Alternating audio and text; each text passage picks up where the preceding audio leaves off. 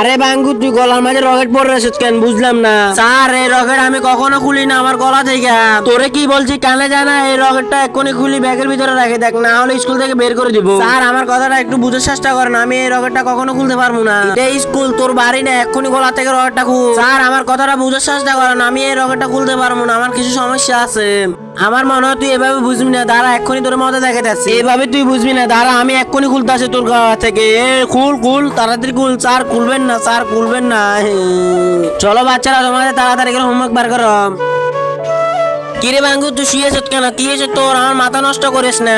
এরপরে কি হলো সেটা দেখার আগে বক্সের ভিতরে একটা পৃথিবীর সুন্দর ছবি আছে, এটা দেখতে চাইলে ভিডিওতে একটা লাইক আর চ্যানেলটা সাবস্ক্রাইব করে দিয়ে যায়। যারা এই ছবিটাকে সবচেয়ে পৃথিবীর সুন্দর মনে করেন তারা লাইক আর সাবস্ক্রাইব করে দিয়ে যায়।